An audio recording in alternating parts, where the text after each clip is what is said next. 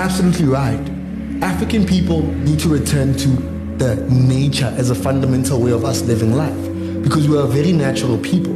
But now we've forgotten that aspect of ourselves, and that connection that we lack from nature is the one keeping us not woke, keeping us ignorant, because we have not connected to the true essence of who we are.